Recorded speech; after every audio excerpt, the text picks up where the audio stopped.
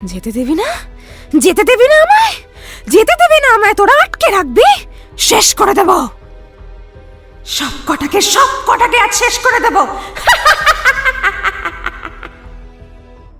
তুই তুই কেন এসেছিস? তুই কি করবি আমার? চাপালা, নইলে মেরে ফেলবো। ওম হিং ক্রিং কালিকায় নমঃ। ওম হিং ক্রিং কালিকায় নমঃ। ওম হিং ক্রিং কালিকায় নমঃ। এই কাহিনীর সমস্ত চরিত্র এবং ঘটনা সম্পূর্ণ কাল্পনিক।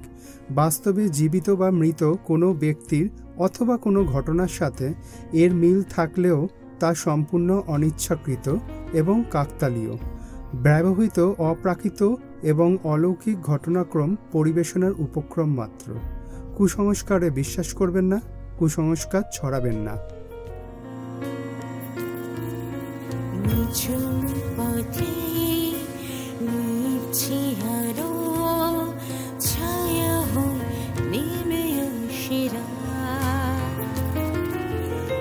শরীর শ্বাস দেয় পিছু ডাক, জানালায় বাড়িয়ে দুহাত, বোঝা না বোঝার সীমা পেরিয়ে অজানার কুয়াশা মেখে না বলা কাহিনী শোনাতে।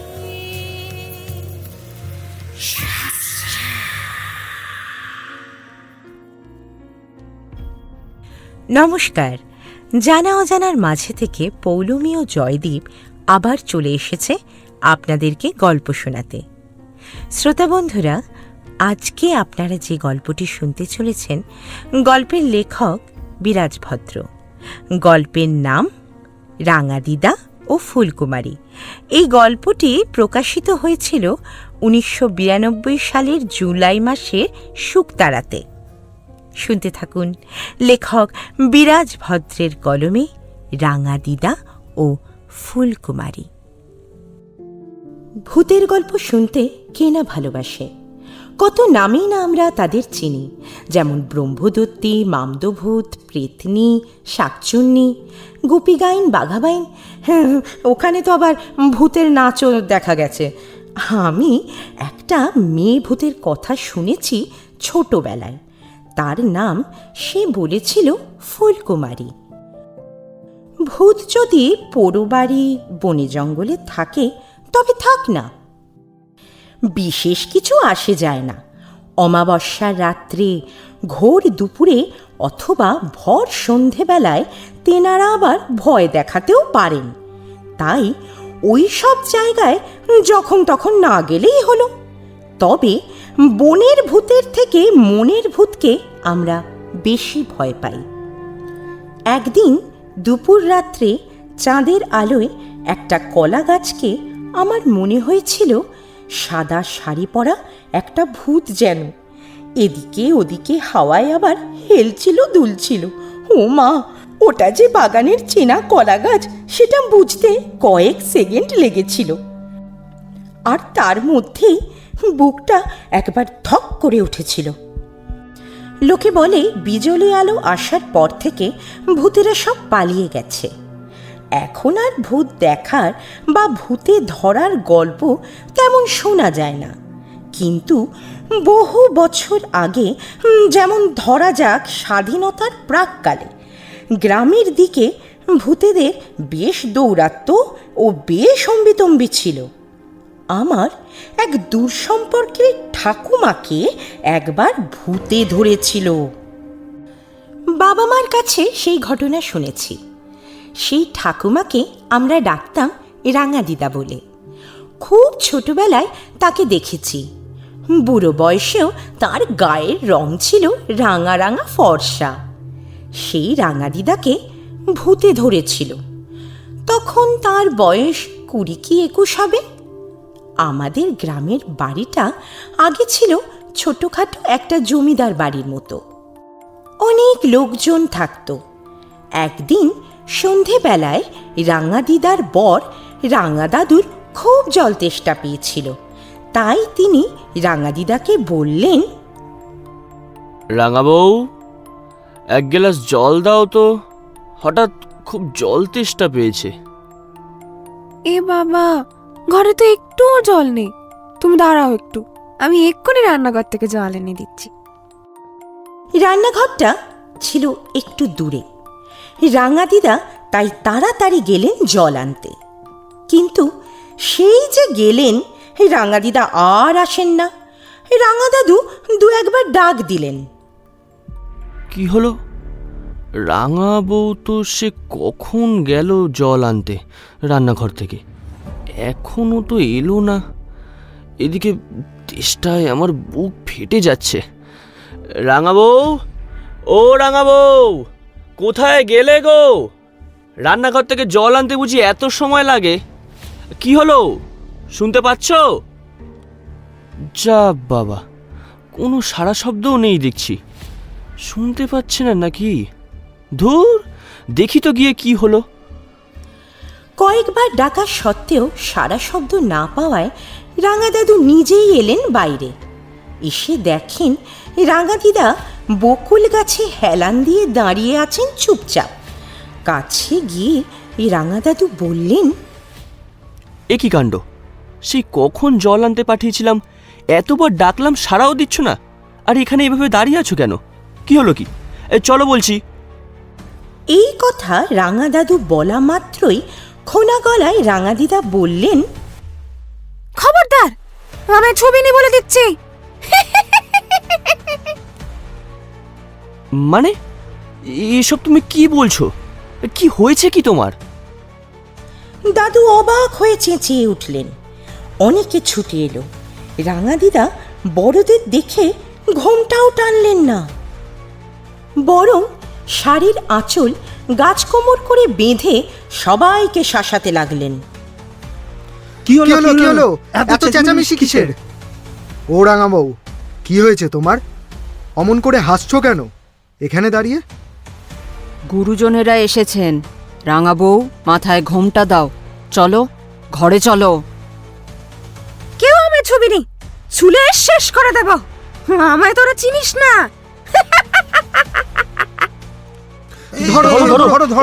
ওকে ঘরে নিয়ে চলো, ধরো। রাঙা বউকে ভূতে ধরেছে। প্রাথমিক লক্ষণ তো এগুলোই। কি সর্বনেশে কথা বলো দিকিনি। ওরে, তোরা ওকে শক্ত করে ধর। বাবা, কি ভারী হয়ে গেছে, টানতেই পাচ্ছি না। টানতে পাচ্ছি না বললে তো হবে না। ওরে যা, তোরা হাত লাগা, ঘরে নিয়ে শক্ত করে দড়ি দিয়ে বস। যারা একটু বয়স্ক ছিলেন তারা যা বোঝার বুঝে গিয়েছিলেন। তখনকার দিনে ভূতে ধরার প্রাথমিক লক্ষণগুলি এই রকমই ছিল। রাঙাদিদাকে জোর করে ধরে ঘরে নিয়ে যাওয়া হলেও তিনি কিছুতেই ঘরে থাকতে চাইলেন না।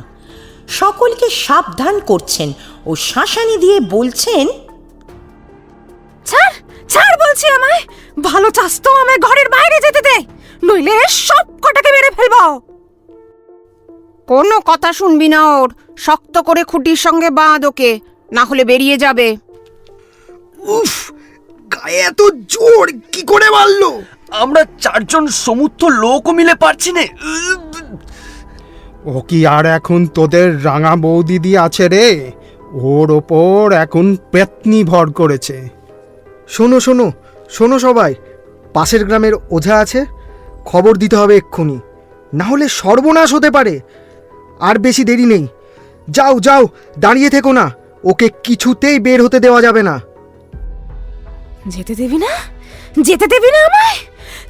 না আমায়, তোরা আটকে রাখবি, শেষ করে দেব। সব কটাকে আজ শেষ করে দেব। রাঙাদিদার গায়ে সে সময় এত জোর বেড়ে গিয়েছিল যে 2-4 জনে হিমশিম খেয়ে গিয়েছিল তাকে শক্ত করে খুঁটির সাথে বাঁধতে। বাড়ির লোকেরা পরামর্শ করে ঠিক করলেন পাশের গ্রাম থেকে ভূত ছাড়াবার ওঝাকে ডাকতে হবে। যথারীতি সেই রাত্রে এক ওঝা এলো। তাকে দেখে রাঙাদিদা খিলখিল করে হেসে উঠে বললেন, তুই তুই কেন এসেছিস? তুই কি করবি আমার? চাপালা, নইলে মেরে ফেলবো। ওম হিং ক্রিং কালিকায় নমঃ। ওম হিং ক্রিং কালিকায় নমঃ। ওম হিং ক্রিং কালিকায় নমঃ। স্বাহা। ওঝা কিছুক্ষণ চেষ্টা করে বলল, না বাবু, এ আমার কম্য নয়। আপনারা বড় ওঝা ডাকুন, এটা সহজ পাত্র নয়। খিলখিল করে হেসে রাঙাদিদা বলল, বলেছিলাম না তুই আমার কিচ্ছু করতে পারবি না। যা যা, তোর গরুকে নিয়ে আয়। পরদিন সকালে আরও 2-1 ওঝা এলো। তারাও হার মেনে গেল। দুপুর গড়িয়ে বিকেল হলো। সারা রাত ঘুম নেই, বসেও নেই, সমানে বকবক করে যাচ্ছেন। তবু একটু ক্লান্তি ছিল না রাঙাদিদার। সব সময় বাঁধন খোলার চেষ্টা করে দেশ চলেছেন। বিদেশ যেখান থেকে খুশি, যাকে খুশি, ওঝা, গুনিন, তান্ত্রিক, যে ইচ্ছে আসুক, কিন্তু কেউ আমার কিচ্ছু করতে পারবে না। আমাকে খোল, খোল, খুলে দে বলছি, না হলে খুব বিপদে পড়বি তোরা। ওঝা আনবি, আর কত ওঝা আনবি? কেউ পারবে না, কেউ কিচ্ছু করতে পারবে না। আমাদের গ্রাম থেকে 10-12 মাইল দূরে একজন বিখ্যাত ওঝা থাকত। তার নাম ছিল মহেন্দ্র শীল। তাকেও খবর দেওয়া হলো। সন্ধে হতে যায়, সবাই তার অপেক্ষায় বসে রইল, কখন আসে। আমাদের বাড়ি ছিল আড়িয়াল খাঁ নদীর তীরে। বাড়ি থেকে 1 মিনিটের পথ নদীর ঘাট। নৌকোয় করে ওঝা আসবে। কেউ দেখেনি কখন মহেন্দ্র ওঝা নদীর ঘাটে নেমেছেন। কিন্তু ঘরের মধ্যে থেকে রাঙাদিদা ঠিক চেঁচিয়ে উঠলেন, না না না, ওকে কে আনলো? ওকে ওকে ফিরে যেতে বলো। ও আমার কিচ্ছু করতে পারবে না। ফিরে যেতে বলো ওকে, ওকে ফিরে যেতে বলো। বারবার চিৎকার করছেন রাঙাদিদা। যত কাছে আসছেন ওঝা, তত বেশি ছটপট করছেন আর হাত পা ছুঁড়ে চেঁচাচ্ছেন। কেন এসেছিস? কেন? হ্যাঁ, তোকে তোকে মেরে ফেলবো। খবরদার বলছি, খবরদার বলছি, আর আর এগোবি না। চলে যা, চলে যা এক্ষুনি। রাঙাদিদার কাণ্ড কারখানা দেখে মহেন্দ্র ওঝা এতটুকুও ঘাবড়ালেন না, বরং গম্ভীর গলায় বললেন, হ্যাঁ এলাম। তুই আমায় আসতে বাধ্য করলি। দেখি কে কাকে মারে। এবার সব জিনিসপত্র জোগাড় হলো। ওঝা মন্ত্র পড়ে রাঙাদিদার গায়ে জল ছিটিয়ে দিল। সঙ্গে সঙ্গে রাঙাদিদাও চিৎকার করে উঠলেন, অষ্টবজ্র করলাম এক অষ্টদেবতার বরে। অষ্টবজ্রের তেল নিলাম শক্তির শক্তি ধরে। অগ্নিবাণ সৃষ্টি হলো ব্রহ্মার দোহায়ে। হান হান শব্দে বাণ চলল আকাশছে। বাম! চলে গেল রে, উফ, চলে গেল। এই ওঝা, তুই এখান থেকে যাবি কিনা বল। সারা রাত ধরে চলল ওঝা আর ভূতের ক্ষমতার লড়াই। না দেখলে শুনলে সেসব বিশ্বাস করা যায় না। একসময় ওঝা রাঙাদিদার চারদিকে অদৃশ্য গণ্ডি কাটলেন মন্ত্র পড়ে। তারপর রাঙাদিদার বাঁধন খুলে দেওয়া হলো। এক অদ্ভুত কাণ্ড দেখা গেল তখন। রাঙাদিদা চেঁচাচ্ছেন, শাসাচ্ছেন, কিন্তু গণ্ডির বাইরে যেতে পারছেন না। তুই গন্ডি তুলে নে, নইলে গাড় মটকাবো। আমায় যেতে দে। তুই কে? কেন এসেছিস আগে বল। তবে তোকে যেতে দেবো। ওঝা এই কথা বলা মাত্রই রাঙাদিদা তার উত্তরে বলল, না, বলবো না। তুই আমার কি করবি? দেখ না কি করি। এই বলে ওঝা মন্ত্র পড়া জল ছিটিয়ে দেওয়া মাত্রই রাঙাদিদা তারস্বরে চিৎকার করে উঠল। চলে গেলাম রে, উফ, পুড়ে গেলাম। আর দিবি না, আর দিবি না। তবে বল, কে তুই? কেন চেপেছিস মা লক্ষ্মীর ঘাড়ে? বল। না না, বলবো না। তুই কে রে? হ্যাঁ, আমায় প্রশ্ন করছিস? দেখাচ্ছি আমি কে। এই বলে ওঝা মন্ত্র পড়ে রাঙাদিদার চারদিকে অদৃশ্য গণ্ডি ক্রমশ ছোট করতে শুরু করলো। এক সময় গণ্ডি রাঙাদিদার দু পায়ের পাতায় যতটুকু জায়গা ধরে ততটুকু হয়ে গেল। যে দেহ আশ্রয় করে অথচ বারবার জিজ্ঞাসা করাতেও বলছে না সে কে, কেন ভর করেছে রাঙাদিদাকে। প্রতিবার গণ্ডি ছোট করার সময় ওঝা প্রশ্ন করছেন, কিন্তু উত্তর পাচ্ছেন না।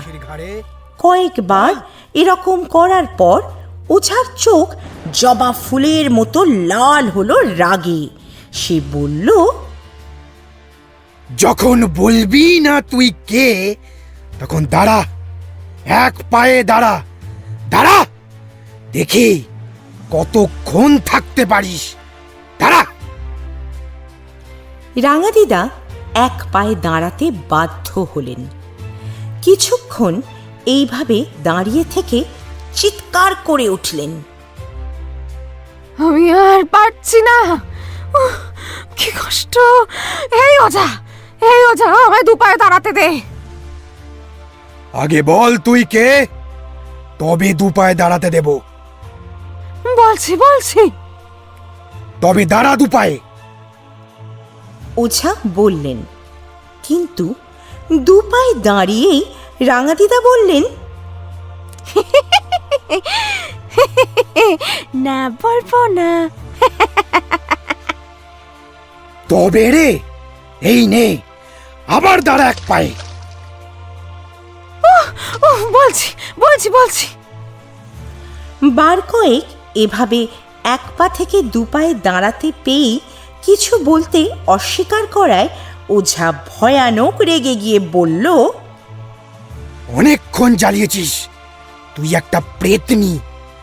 তোকে কি করে জব্দ করতে হয় আমার জানা আছে। দাঁড়া তুই, এবার বাঁ পায়ের বুড়ো আঙুলের ওপর দাঁড়া, দাঁড়া। ওঝার আদেশ অমান্য করার ক্ষমতা নেই। বুড়ো আঙুলের ওপর দাঁড়াতে হলো রাঙাদিদাকে। সে দৃশ্য চোখে দেখা যায় না। কোনো নর্তকীও বেশিক্ষণ ওভাবে দাঁড়াতে পারে না। বেশ কিছুক্ষণ পরে ওইভাবে দাঁড়ানো অবস্থায় রাঙাদিদা ওঝাকে উদ্দেশ্য করে বলল, আমি আর পারছি না। আমায় ভালোভাবে দাঁড়াতে দে। সব বলছি। এই কথা শুনে ওঝা খানিক মন্ত্রপুত জল ছিটিয়ে দিয়ে বললেন, নে, তবে দাঁড়া এক পায়ে। দু পায়ে দাঁড়াতে দে। নে, দু পায়ে দাঁড়া। দু পায়ে দাঁড়িয়ে হাঁপাতে হাঁপাতে রাঙাদিদা বলে, আমার কি দোষ? আমি কি সাথে ওর ঘাড়ে চেপেছি? ও যখন বাপের বাড়ি গিয়েছিল, একদিন সন্ধ্যাবেলায় এলো চুলে বাইরে ঘুরছিল। তখন থেকে ওর দিকে আমার নজর পড়েছে। ওর সঙ্গে আমি এখানে আসি। ওই রান্নাঘরের পেছনে যে চালতে গাছটা আছে, ওর ডালে আমি থাকি। ওকে রোজ দেখি। কাল সন্ধ্যাবেলা আবার এলো চুলে রান্না করে যাচ্ছিল। আমি তখন ওর ঘাড়ে চাপি। আমার কি দোষ? হ্যাঁ, আমার কি দোষ? তা তো বটেই, তোর দোষ কোথায়? মা লক্ষ্মীর ঘাড়ে চেপেছিস, তবু দোষ হয়নি, তাই না? কিন্তু কে তুই এখন বল। বলবো না। আবার বুড়ো আঙুলের উপর দাঁড় করাবো। না না না না না, আর না, আর না, আমি আমি আমি আমি বলছি। বল, তাড়াতাড়ি বল। অনেকক্ষণ ধরে নানা রকমের ছলাকলা করছিস, আর সহ্য করব না কিন্তু। এই শেষবারের মতো বলছি, ভালোই ভালোই সব বলে দে বলছি, বল। নিদারুণ কঠিন স্বরে বলে ওঠেন ওঝা। বলা যেতে পারে ওঝার সমস্ত ধৈর্যের বাঁধই ভেঙে গিয়েছিল। তাই সে শেষবারের মতো আদেশ করে। অবস্থা বেগতিক দেখে রাঙাদিদা বলে, থুরি, রাঙাদিদার ওপর যে পেতনি ভর করেছিল সে বলে ওঠে, আমি আমি ফুলকুমারী, ওর ওর বাপের বাড়ির দেশে ছিলাম। আত্মীয় স্বজন সকলেই মুখ চাওয়াচাওয়ি করে বলে ওঠে, ফুলকুমারী? সে আবার কে? দেখেছিস খোকা, বলেছিলাম না, নিশ্চয়ই ওর ওপর কেউ চেপেছে। রাঙা দাদু বললেন, অবিশ্বাস্য! আমি এ সমস্ত কখনো কোনো দিনও বিশ্বাসও করিনি, কিন্তু শেষে কিনা আমার স্ত্রীর সাথে। তখন রাঙা দাদুর মা মানে রাঙা দিদার শাশুড়ি ও বাকি আত্মীয় স্বজন রাঙা দাদুকে বললেন, আহা, অত ভেঙে পড়লে চলবে না, তোমাকে এখন শক্ত হতে হবে। কিচ্ছু চিন্তা করিস না খোকা, বাবা যখন একবার ওই পেতনিকে আয়ত্তে আনতে পেরেছেন, তখন দেখবি আমাদের বৌমা খুব তাড়াতাড়ি সুস্থ হয়ে যাবে। আস্তে আস্তে, এত কথা বলো না তোমরা। এই ফুলকুমারী নাম শোনা মাত্রই উপস্থিত আত্মীয় স্বজন, বিশেষ করে রাঙা দাদু ও রাঙা দাদুর মা বিস্মিত হয়ে নিজেদের মধ্যে ফিসফিস করে কথা বলা বলি শুরু করে ও যে যার মতামত প্রকাশ করে। সে যাই হোক, এদিকে ওঝা ফুলকুমারীকে আদেশ করেন, বেশ, এবার তোকে এখান থেকে চলে যেতে হবে অনেক দূরে। না না, তা কেন যাব? তবে দাঁড়া রে পেতনি, মজা দেখাচ্ছি। এই বলে ওঝা মন্ত্রপুত জল ছিটিয়ে দিলেন ফুলকুমারী অর্থাৎ আমাদের রাঙা দিদার গায়ে। তৎক্ষণাৎ তারস্বরে চিৎকার করে ফুলকুমারী বলে ওঠে, মরে গেলাম, মরে গেলাম, যাব যাব যাব, আমি আমি যাব, আর আর কষ্ট দিস না, আর কষ্ট দিস না। তুই এই গ্রামে থাকতে পারবি না, মা লক্ষ্মীর বাপের বাড়ির দেশেও না। আদেশ করেন ওঝা। তৎক্ষণাৎ ফুলকুমারী ওঝাকে প্রশ্ন করে, তবে কোথায় যাব? তা আমি কি করে জানবো? তবে আর যেন তোর সঙ্গে আমার সাক্ষাৎ না হয়, সাবধান করে দিচ্ছি। আমি আমি তোকে দেখে নেব, আমি কোথাও যাব না, এইখানেই থাকবো। তবে রে পেতনি, বারবার ওই এক কথা, মজা দেখাচ্ছি। এই বলেই ওঝা প্রচণ্ড ক্রুদ্ধ হয়ে অনেকক্ষণ বিড়বিড় করে মন্ত্র পড়ে জল ছিটিয়ে ৩০ দেয়। কোটি দেবতার হুকুম, লাখ লাখ লাখ শিগগির লাখ। ও ও, মরে গেলাম রে, আমি যাব, রেহাই দে, রেহাই দে, যা বলবি তাই করব। তবে যা, দূর হয়ে যা, কিন্তু যাবার আগে কি প্রমাণ দিবি বল? যা, ওই চালতে গাছের মগডাল ভেঙে দিয়ে যা। কঠিন আদেশ করেন ওঝা। তার উত্তরে ফুলকুমারী বলে, তাই হবে, তাই হবে। ওঝা রাঙাদিদার চারদিকের গণ্ডি তুলে নিল, মন্ত্র পড়ে জল ছিটিয়ে দিল রাঙাদিদার গায়ে। রাঙাদিদা এক দৌড়ে ঘরের বাইরে যেতে গিয়ে দরজার বাইরে আছাড় খেয়ে পড়লেন। সঙ্গে সঙ্গে বিরাট শব্দ করে বাইরে কোনো গাছ ভেঙে পড়ল। ও বাবা গো, ও অমন করে দৌড়ে কোথায় যাচ্ছে? পড়ে গেল, পড়ে গেল। ধরো, তোল, তোল, তোল, তোলো। আমি ধরো, পা ধরছি, আমি ধরো, আমি পাটা ধরো, ধরছি। ধরো। এই অবস্থা দেখে বাড়ির সকল আত্মীয় স্বজন ও রাঙা দাদু বললেন, রাঙা বউ, ও রাঙা বউ, কি হলো তোমার? চোখ খোলো। হ্যাঁ হ্যাঁ, তোলো তোলো, জল দাও ওর চোখে মুখে। বাবা, ও অমন করে পড়ে গেল কেন? চোখও তো খুলছে না এখনো। রাঙা বউ, ও রাঙা বউ, দয়া করে একটি বার চোখ খোলো। রাঙা দাদুর এমন মানসিক অবস্থা দেখে ওঝা রাঙা দাদুকে আশ্বস্ত করে বললেন, ভয় পাওয়ার কিছু নেই, সব বিপদ কেটে গেছে।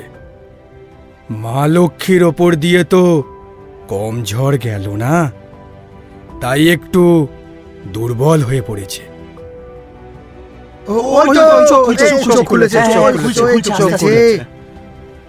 বাবা, আপনার পায়ে 100 কোটি প্রণাম।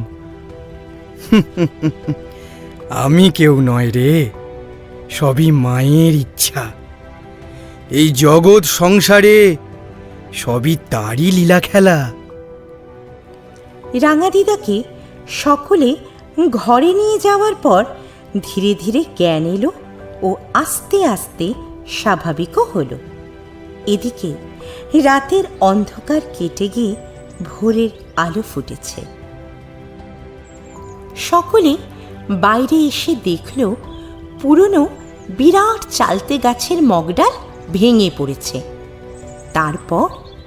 তারপর থেকে মেয়ে ভূত ফুলকুমারীর কথা আর কেউ শোনেনি। আপনারা এতক্ষণ শুনছিলেন লেখক বিরাজ ভদ্রের কলমে রাঙা দিদা ও ফুলকুমারী। গল্পের বিভিন্ন চরিত্রে কথক আমি, মানে আপনাদের পৌলমী, ও অন্যান্য চরিত্রে সুকন্যা, জয়দীপ, অঙ্কিত, অভিজিৎ, দিগন্ত ও রাঙা দিদার চরিত্রে যিনি করেছেন উনি হলেন পৌলমী, আমি নয় কিন্তু।